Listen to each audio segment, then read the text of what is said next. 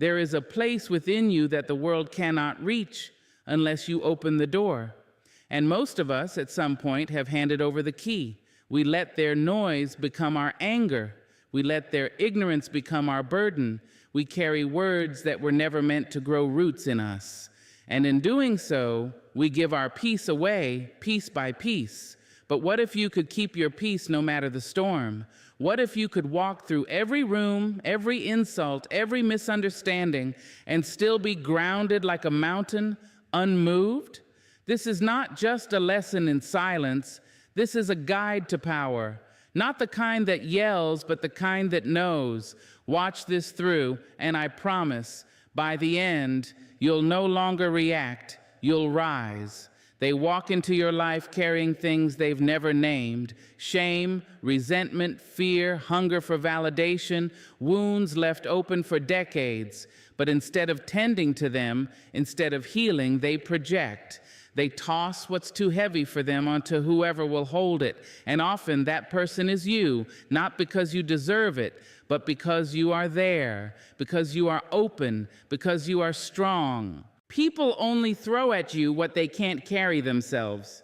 When someone speaks to you with unnecessary sharpness, when their words are more blade than bridge, pause before you absorb it. Ask yourself, is this truly about me? Or is this a reflection of something they haven't resolved inside themselves?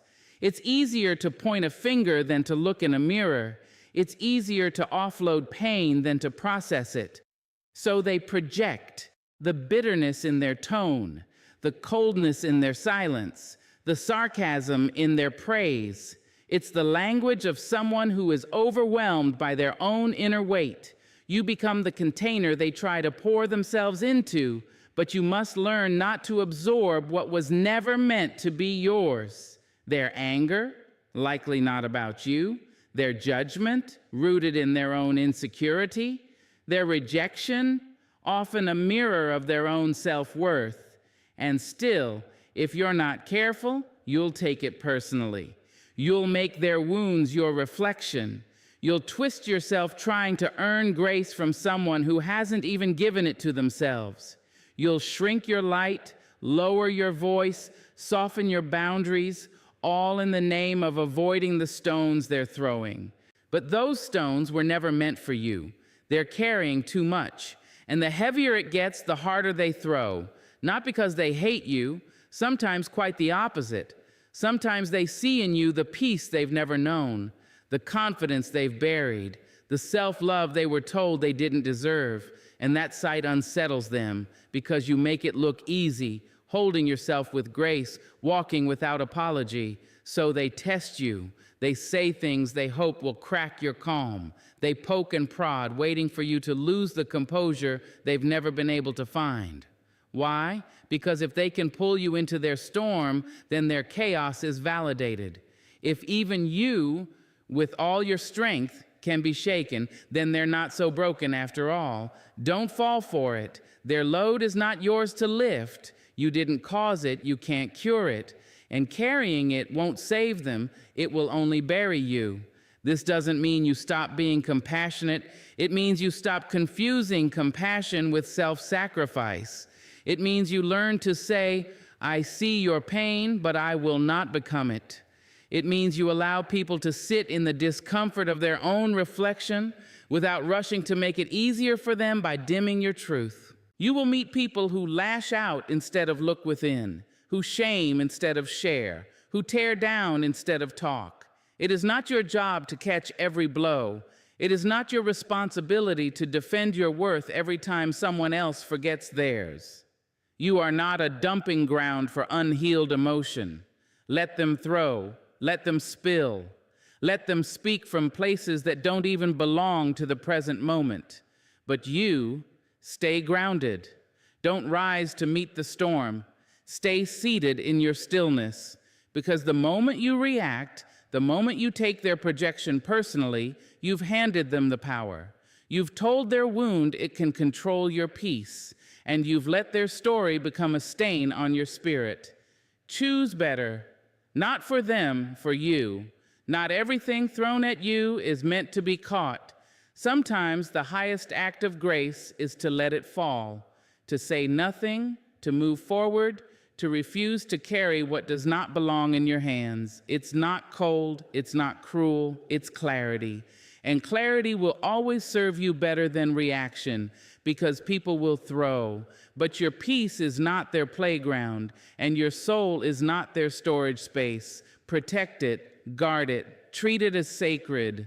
And remember, what they throw says more about what's breaking inside them than it ever will about you. They'll come knocking with raised voices and sharpened words, wrapped in urgency and ego. They'll send you invitations to chaos disguised as conversations. And some will even swear it's love, say it's connection, say it's necessary. But listen closely. You are not required to attend every argument you're invited to. You are not required to enter every room that reeks of control or step onto every battlefield someone drags into your peace. Just because someone wants a fight doesn't mean you need to lace up your gloves. There is power in choosing silence, not the kind that retreats in fear, but the kind that rises in wisdom. There's power in saying nothing when they want you loud, in walking away when they want you wrecked, in staying calm when they want you to crack.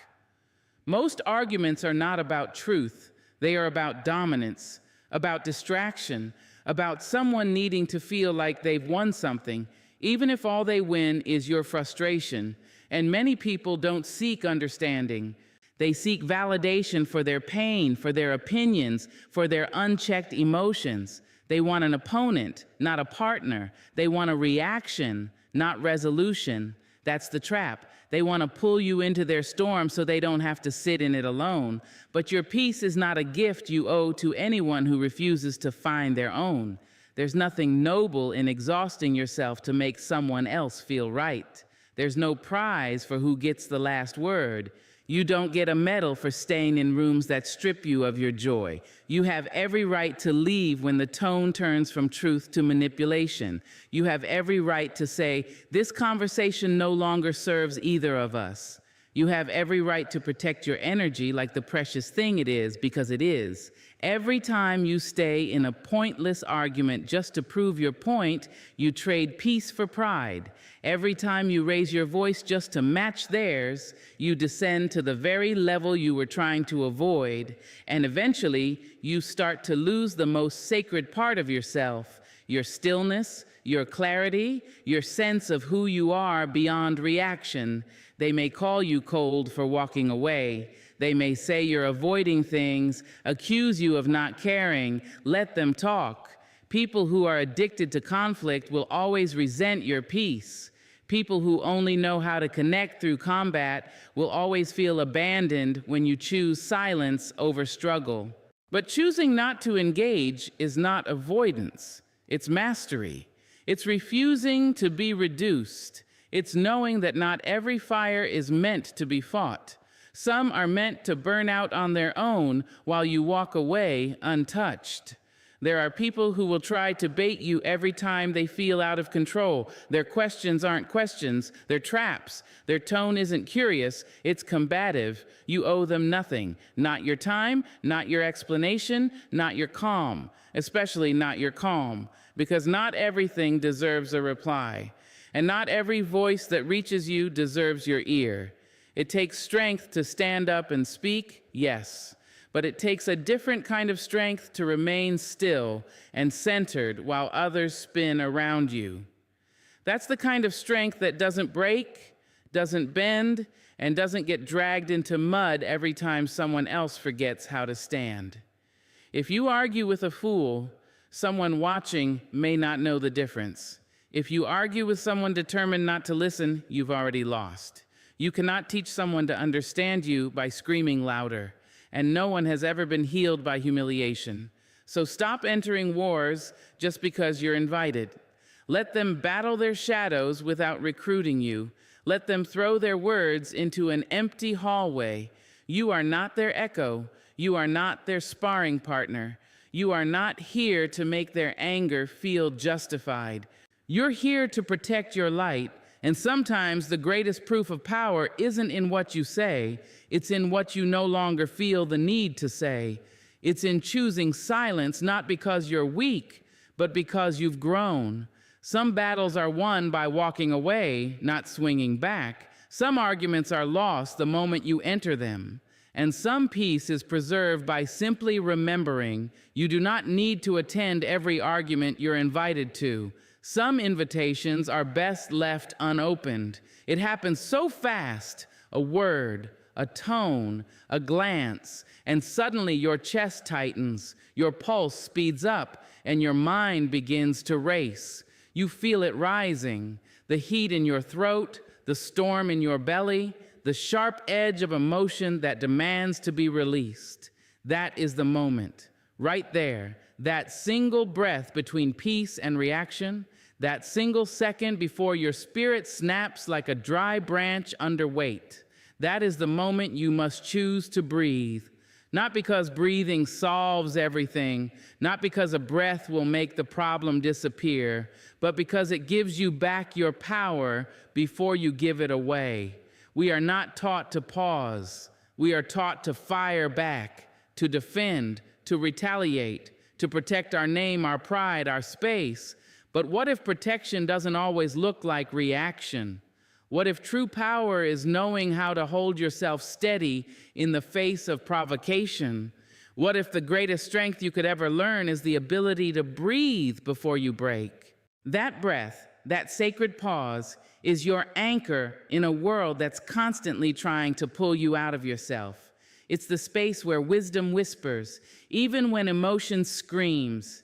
It's the difference between regretting what you said and being proud of what you chose not to say. We live in a world addicted to speed. Arguments erupt faster than clarity can form. Decisions are demanded in real time. And in that rush, we say things we can't take back. We make choices we wish we could erase. We burn bridges in the name of urgency. But most fires don't start from hate. They start from heat. And heat can be cooled if only we remember to breathe. When someone insults you, you want to strike. When someone dismisses you, you want to be loud. When someone pushes your buttons, you want to push back. That is the natural reflex. But breath teaches you that you are not just a reflex, you are a response. And there's a difference. A reflex is automatic, it's emotional, it's raw, but a response is mindful, it's intentional, it's grounded. The breath is what transforms one into the other. The breath is where your soul reminds your ego that it doesn't have to defend everything. Breathe before you reply to that message. Breathe before you raise your voice. Breathe before you throw back the pain they handed you. Because sometimes what you're about to say isn't your truth, it's your wound. Sometimes the sharpness in your tone is just the echo of an old hurt being poked. Sometimes the rage you feel isn't even from that moment. It's the accumulation of years you never let yourself process. But the breath knows, the breath reminds you, you are not in danger, you are in discomfort, and those are not the same. You have been taught to react because that's what the world models, but you can unlearn that. You can teach yourself to pause. You can teach your body that not every emotional spike is a call to war. You can teach your mind that not every disrespect needs to be returned. You can teach your soul to stay rooted even when everything around you shakes. This is not weakness. This is mastery.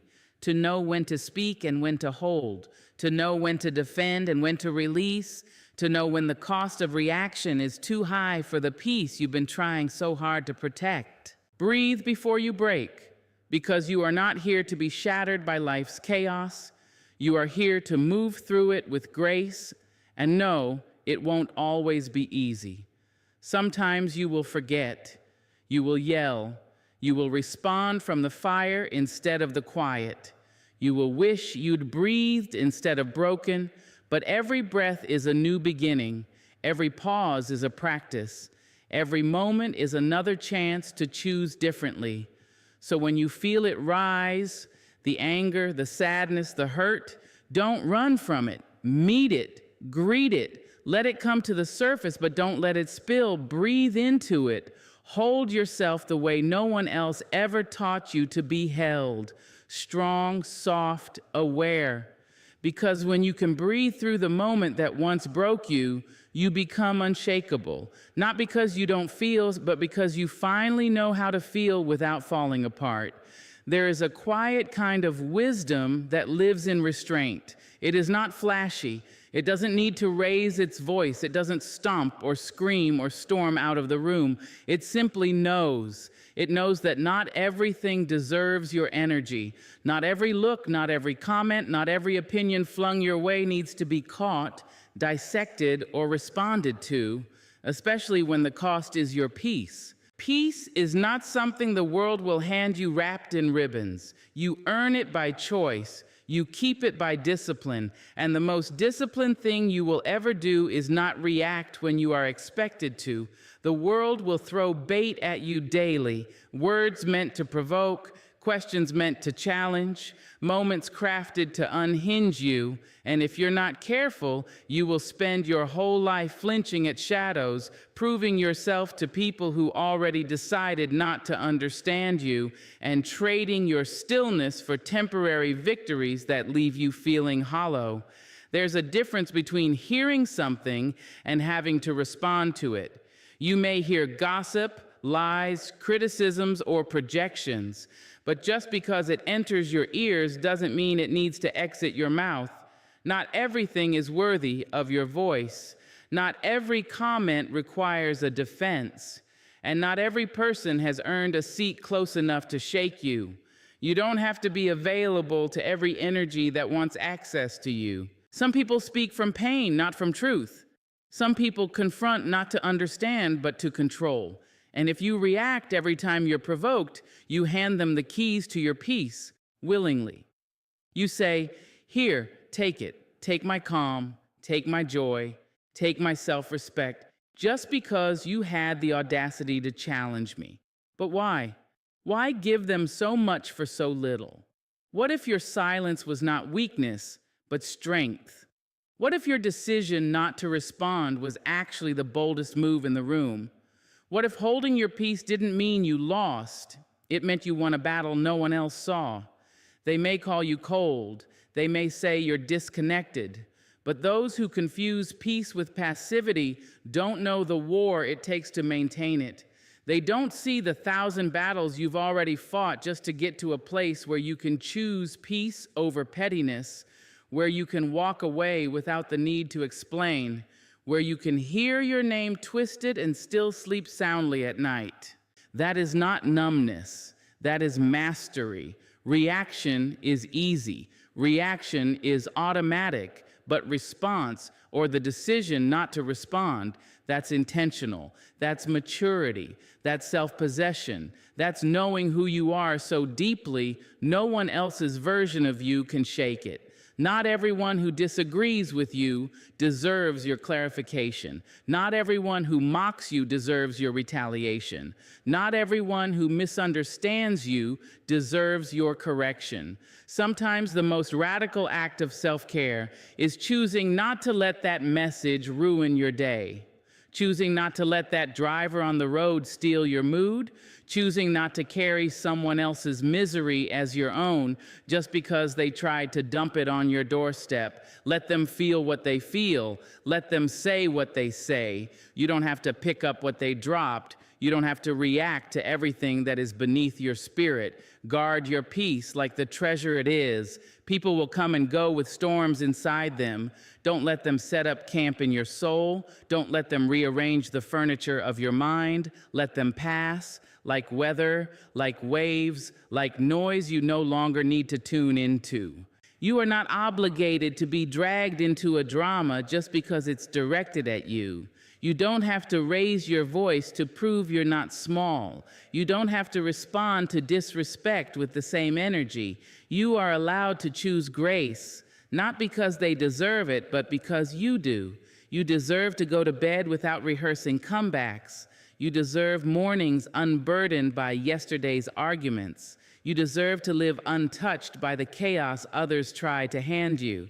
Not everything deserves a reaction. especially not your peace, because peace is not a passive state. It is a fiercely protected place. And when you learn that, truly learn that, you become untouchable, not because the world stops trying, but because you no longer let it in. The sting of insult is sharp. It lands fast, often when you're unguarded.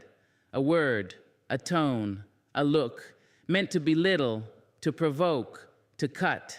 And the human instinct is to fight back, to defend the wound, to restore dignity with equal force. But the truth is, most insults do not need to be met with retaliation. They need to be met with compassion. Not for their sake, for yours. Because what a person says to you often says more about what's hurting inside of them than what's broken inside of you. Insults are usually born from lack, a lack of peace, a lack of self-worth, a lack of clarity. A soul full of self-respect doesn't insult. A person secure in themselves doesn't aim to dim others. When someone lashes out at you, they're not showing you their power. They're showing you their pain. And if you can see it that way, really see it, you won't take the insult personally. You'll see it as a confession, a flare from a heart struggling to stay afloat. Compassion doesn't mean you excuse the disrespect. It means you rise above the need to match it. You understand that pain often dresses itself up in pride and criticism. And instead of dancing with the hurt, you choose to stand still in grace. When someone calls you a name, questions your worth, ridicules your choices, pause. Look at them not with judgment, but with curiosity. What must they be carrying? What kind of day or life must they be living to throw that kind of darkness at another? Compassion is not softness. It is not naivety. It is strength. It takes far more courage to hold your center when attacked than to snap back. It takes discipline to respond with empathy instead of ego. People insult for many reasons: to distract from their own flaws, to feel powerful, to gain attention, to protect their fragile identity. But rarely, if ever, is it truly about you. And when you see through that lens, you take back control. You become the one who chooses the tone, not just receives it. Let them be angry. Let them try to stir the pot. You don't need to drink the bitterness they're offering. Let their words fall to the ground like dry leaves. Let them pile up without ever touching your spirit. That's what compassion gives you, immunity, not to pain, but to reaction. It gives you the ability to look a person in the eye and say, without speaking, I see your suffering, and I won't add to it. You can set a boundary without building a wall. You can walk away without storming off. You can be firm without being cruel. That is what compassion looks like in action. When you practice compassion in the face of insult, you take the oxygen out of the fire. You refuse to fuel their chaos. You deny their drama a stage, and slowly something shifts in you. You start to detach from the need to be understood, the hunger to be right, the impulse to prove your value. You start to realize your value has never lived in someone else's mouth. Compassion teaches you that dignity doesn't always shout. Sometimes it whispers. Sometimes it says nothing at all. Sometimes it simply smiles and steps aside. And yes, you will be misunderstood. People will say you're weak. They'll say you let them get away with it. But let them say what they will. You're not here to manage their opinion. You're here to manage your own integrity. There is a deep, unshakable peace that comes when you no longer let other people's unkindness dictate your character. When you can see them not as enemies, but as human. Flawed, wounded, reacting out of their own trauma, trying to find control in a world that often feels like chaos. That doesn't mean you tolerate abuse. That doesn't mean you ignore toxic patterns. But it does mean you meet them with clarity, not combat. It means you say, I will not fight you because I see you're already at war inside. That level of compassion doesn't make you smaller. It makes you bigger than the insult, bigger than the moment, bigger than the game they're trying to play, and maybe, just maybe, your compassion will be the mirror they've never had. Maybe it won't change them, but it will change you, and that is enough. So the next time someone hurls a word meant to wound, pause, breathe, remember, what they say is about them. How you respond is about you. And you are someone who chooses compassion, not because it's easy, but because it's healing. There comes a time in life when you get tired, not from doing too much, but from carrying what was never yours to hold. You get tired of explaining yourself to people determined not to understand, of bending for those who only want to break you, of dancing through the flames of chaos just to prove you're still standing. And in that quiet fatigue, something sacred begins to rise. The desire to detach, not out of bitterness, but out of clarity, out of strength, out of peace. Peaceful detachment is not giving up. It is letting go. It is the moment you stop gripping the rope that's been cutting your hand. It's the stillness that comes when you no longer need to control the narrative, win the argument, or change the person. Detachment is not cold or careless. In fact, it's one of the warmest forms of self-love. It says, I no longer need to lose myself in order to keep you.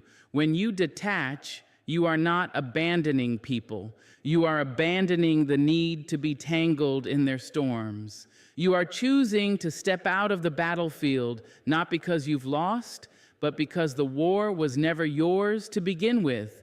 You are reclaiming your mind, your time, your emotional oxygen, because not every fire deserves your fuel. Not every situation requires your presence. We are conditioned to believe that caring means clinging, that love means holding on no matter the cost. But the truth is, real strength is knowing when to release, when to unhook your heart from places that drain it, when to bless people on their way and not follow them into their chaos. That is detachment, not apathy, but discernment, not distance, but dignity. When you reach the level of peaceful detachment, you begin to move differently. You no longer chase closure, you create it.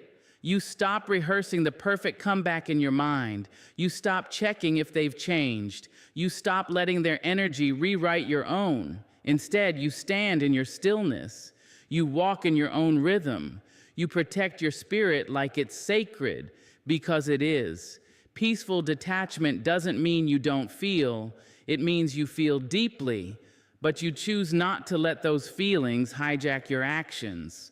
You allow yourself to witness the mess without absorbing it. You can sit across from drama and not sip from its cup. You can hear the insult and let it pass like wind through an open window.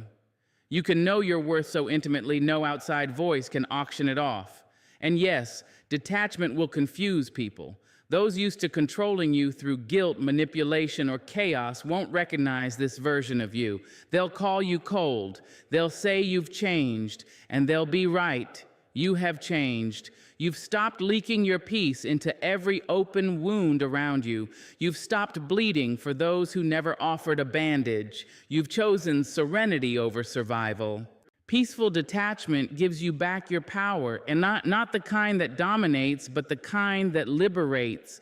You stop needing to prove yourself. You stop needing to be chosen. You stop needing every loose end tied in a bow, because you realize not everything unresolved is yours to fix. Not every broken bond is yours to repair. Sometimes peace means saying nothing, not because you don't care, but because you finally do about yourself.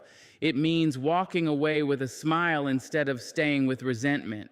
It means letting the phone ring, the email sit, the tension dissolve into nothing, simply because your joy is no longer negotiable. You detach not because you're hard, but because you've grown soft with yourself, gentle, loving, wise.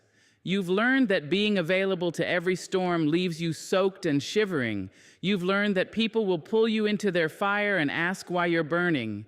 You've learned that protecting your peace is the highest form of maturity, There will always be noise. There will always be people trying to bring you back into the chaos.